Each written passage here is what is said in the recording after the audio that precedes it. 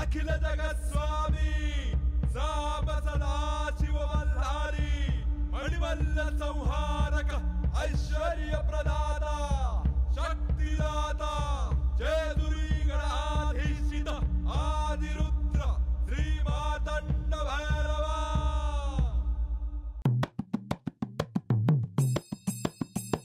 जय देवा जय देवा जय देवा जय देवा जय देवा जय शिव मातंडा।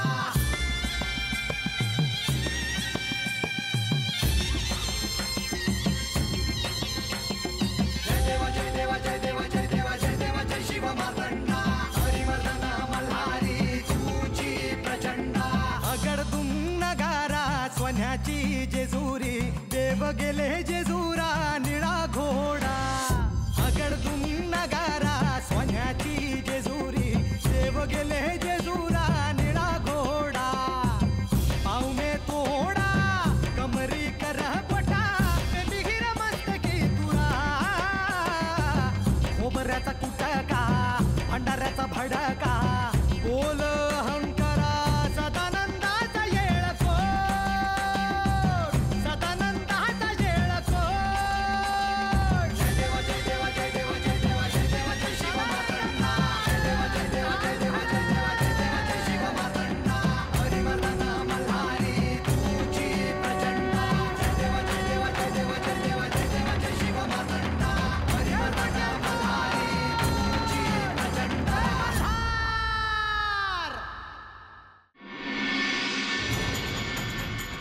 बानूला काय वाटतं यापेक्षा गंगादेवींनी मला जे सांगितलं ते जाणून घेण्यात मला जास्त उत्सुकता आहे।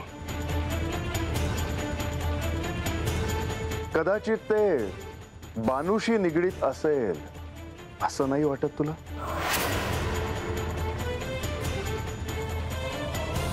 ते कदापि शक्य नाही, कारण तसं असतं तर मानस सरोवरात कैलास परिसरात त्याची जाणीव मला झाली असती।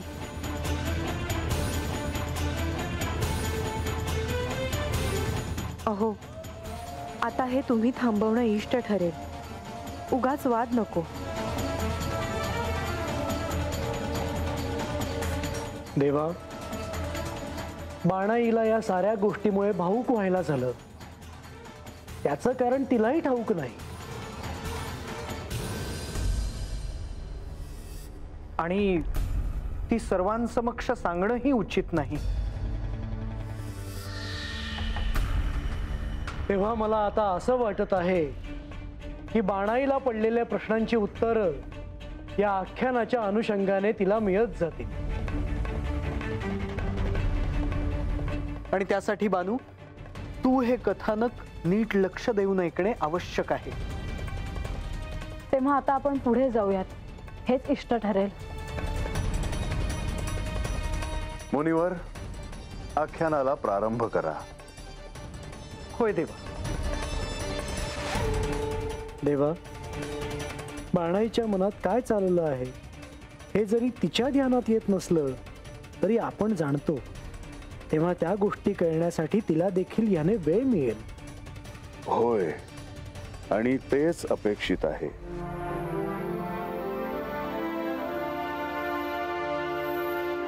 आता बरं वाटतं या नव? होय मुनिवर, आख्यानाला प्रारंभ करूयात। होय देवी। नारायण नारायण। तर अशा प्रकारे श्री महादेव आणि श्री पार्वती देवी अर्थात शिव आणि शक्ती यांचे मिलन झाले। तसे होणे स्वाभाविकच होते, कारण त्यामागे तसे प्रयोजनच होते। तारकासुराने त्याचा वध हा शिवपुत्राकडून होईल असा वर मिळवला होता, आणि म्हणूनच त्याला शासन करण्यासाठी, त्याचा वध करण्यासाठी सारी सृष्टी ही योग्य वेळेची वाट पाहत होती।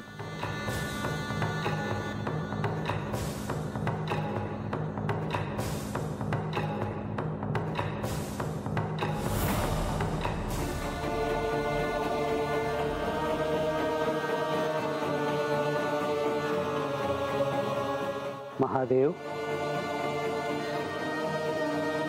श्री विष्णू, श्री ब्रह्मदेव। महादेव, आपल्या ध्यानात व्यत्यय तर आणला नाही ना? नाही, आपण त्रिमूर्ती आहोत. ह्या साऱ्या सृष्टीचे दायित्व आपल्यावर आहे. तेव्हा आपण जरी ध्यानात असलो तरीही या सृष्टीत काय घडत आहे ह्याकडे आपले लक्ष असतेच. आपलं म्हणणं अगदी योग्य आहे महादेव. आणि म्हणूनच आम्ही एक विशिष्ट प्रयोजन घेऊन आपली भेट घेण्यासाठी आलो आहोत. ब्रह्मदेव बोलावे. महादेव, या साऱ्या सृष्टीला तारकासुराच्या अत्याचाराला सामोरं जावं लागत आहे, हे तर आपण जाणताच. होय, ह्या तारकासुराला वर मिळाला आहे की त्याचा मृत्यू हा शिवपुत्राकडून होईल. आणि देवी सती यांच्या मृत्यूनंतर जणू आपण अमरत्व प्राप्त केलं आहे अशी त्याची भावना झाली आहे. पण आता ती वेळ समीप आली आहे, ज्या क्षणी त्याचा मृत्यू निश्चित होईल. मला कळत आहे. माझा आणि पार्वतीचा विवाह झाला, शिवशक्तीचे मिलन झालं, त्यामागे काही प्रयोजन आहे. तसेच त्यामागे एक कारण म्हणजे तारकासुराचा वध हे देखील. होय, आता त्या तारकासुराचा मृत्यू समीप आला आहे. त्याचा संहार करण्यासाठी शिवपुत्राचा जन्म होईल. त्याच्या पराक्रमाने सर्व देवी देवता त्याच्यावर प्रसन्न होतील. साऱ्या सृष्टीला अन्यायाच्या सावटापासून मुक्तता मिळेल.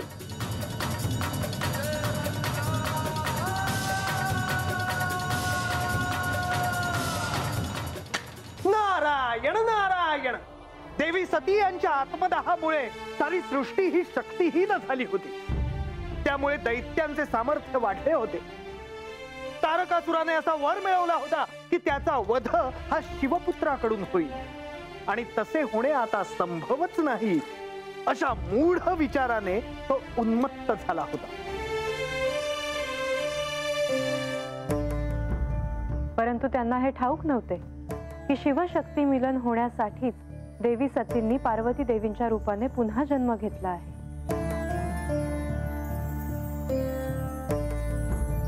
या सृष्टीला दैत्यांच्या अत्याचारापासून, अन्यायापासून वाचवण्यासाठी हे मिलन झाले होते.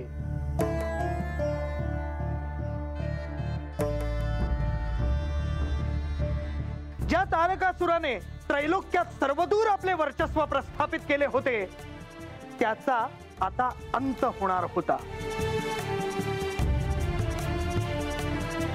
कारण श्री महादेव आणि श्री पार्वती देवी यांच्या पुत्राचा जन्म होणार होता.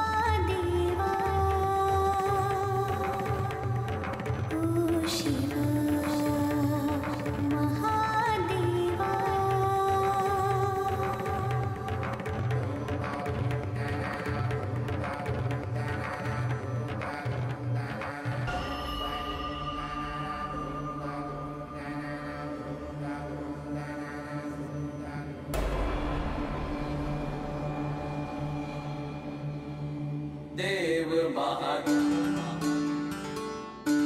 देव बहादुर, देव बहादुर. शिव शिव शिव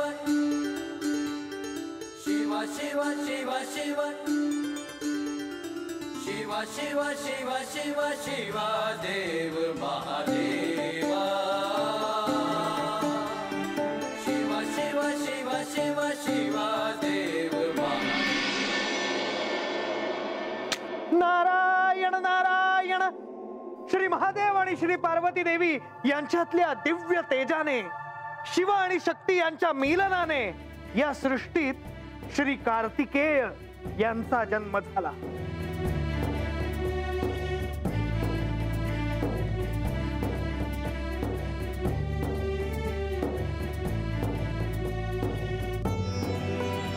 कार्तिकेय,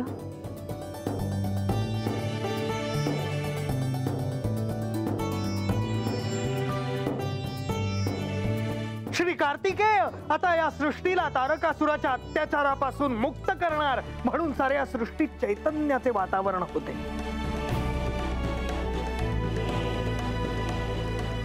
श्री कार्तिकेय देवांचे सेनापती.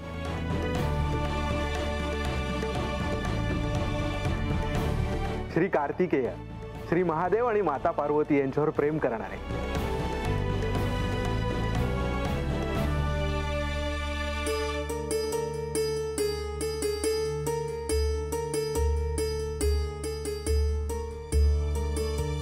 म्हाळसा, तू अशी भावूक का झाली आहेस हे मला कळतंय. योगीश्वरो महासेन कार्तिकेयोऽग्निनंदन स्कंद कुमार सेनानी स्वामी शंकर संभव गांगेय ताम्रचूडश्च ब्रह्मचारी शिखीध्वजः तारकारी उमापुत्र कोंचारिश्च षडानन शब्द ब्रह्म समुद्रश्च सिद्धस्तारस्वतो गृहः सनत कुमारो भगवान भोग मोक्ष फलप्रदः शरजन्मा गणाधीश पूर्वजो मुक्ति मार्ग कृता सर्वगम प्रणेताश्च वांछितार्थ प्रदर्शनः अष्टाविंशति नामानि मदीया नीतियः पठेत् प्रत्युषे श्रद्धायुक्तो मुको वाचस्पति भवे महामंत्रमयानीति मम नामनुकीर्तनम् महाप्रज्ञामवाप्नोति नात्र कार्य विचारणा. म्हाळसा, काय?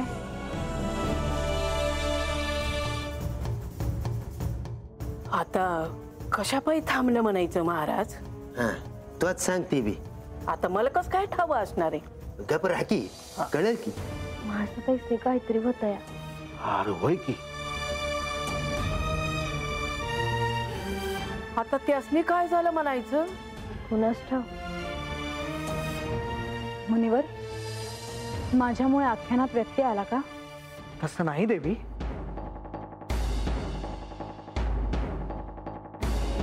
म्हाळसा, तुला काय झालं? ठाऊक नाही, पण भाऊक व्हायला झालं. माझी एक इच्छा आहे. काय? मला कार्तिकेय यांना भेटायचे आहे. मला त्यांना भेटायचे आहे.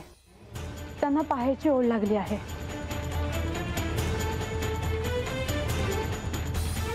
प्रभू, आता काय करावे? देवी, म्हणजे आज आख्यान इथेच थांबवावे का? का? काही क्षण त्यांची भेट होणं देखील अशक्य आहे का? म्हाळसा, तुझी इच्छा पूर्ण होईल. खरंच? होय.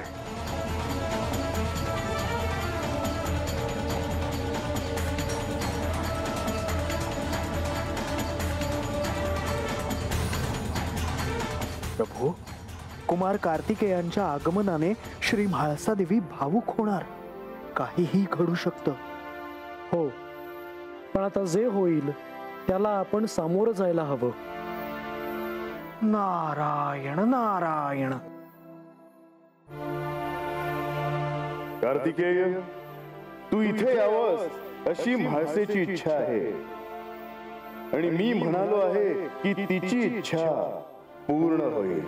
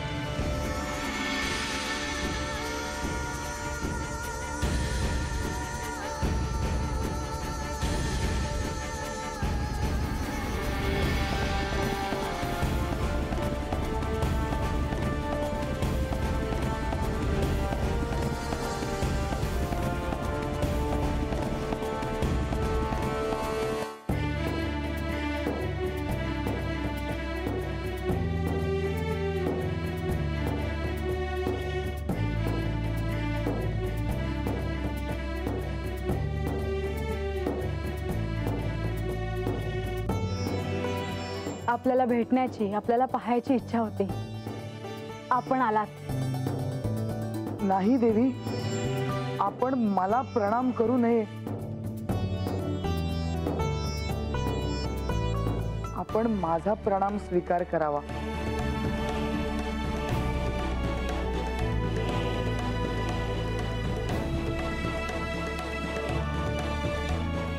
कार्तिकेय, तुझ्या दर्शनाने सर्वांनाच आनंद झाला आहे. ह्या जेजुरी गडावर आणि ह्या साऱ्या परिसरावर तुझा कृपाशीर्वाद सदैव राहू दे. होय, मला देखील आपल्या दर्शनाने अतीव आनंद झाला आहे.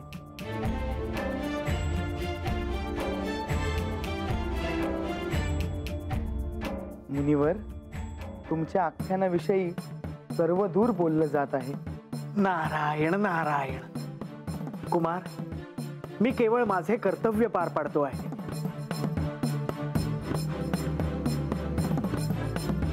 आता मला निघायला हवं. येतो मी.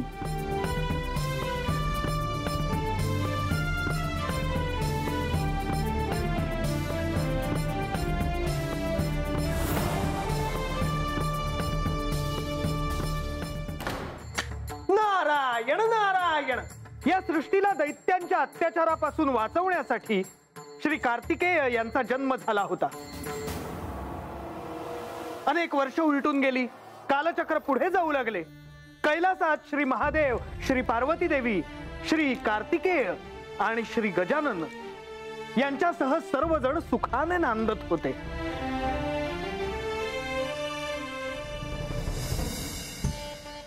हे प्रभो, मला नेहमी असं वाटतं की माझं मातेला सहाय्य व्हावं, पण त्यांचा आदेश आहे की मी भोजनाला बसावं. नंदी, पार्वती आपले दायित्व पार पाडत आहे. सर्वांनी आनंदाने भोजन केले की त्याचा तिला अतीव आनंद होतो. होय प्रभो, परंतु मी असताना मातेला कष्ट पडू नयेत असं मला वाटतं. कार्य जर आनंदाने केले तर त्याचे कष्ट कदापि होत नाहीत. मला भूक लागली आहे. माते, भोजन लवकर आण. बंधो, माता भोजन घेऊन येत आहे. धीर धरावा.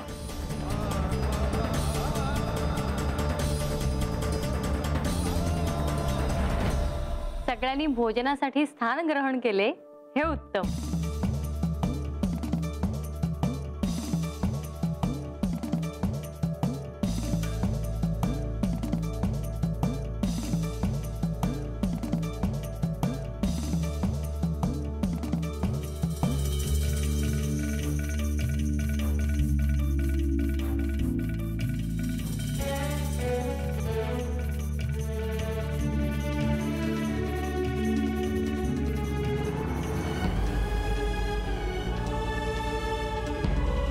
सगळ्यांनी भोजन सुरू करावे.